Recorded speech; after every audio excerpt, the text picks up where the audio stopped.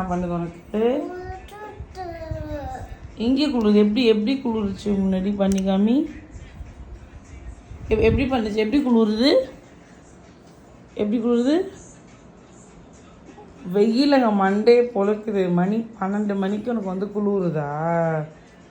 இந்த ஸ்வெட்டர் போடணுங்கிறதுக்காண்டி குளிருதுன்னு சொல்கிற பத்தியா?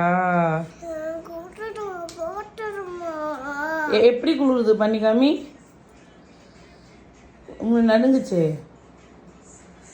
அப்போ அவ்வளோ குளிருது உனக்கு. ஆனால் எனக்கு மட்டும் இப்படி வேர்த்து ஊற்றுதீங்க பாரு, வேர்வே தண்ணியை.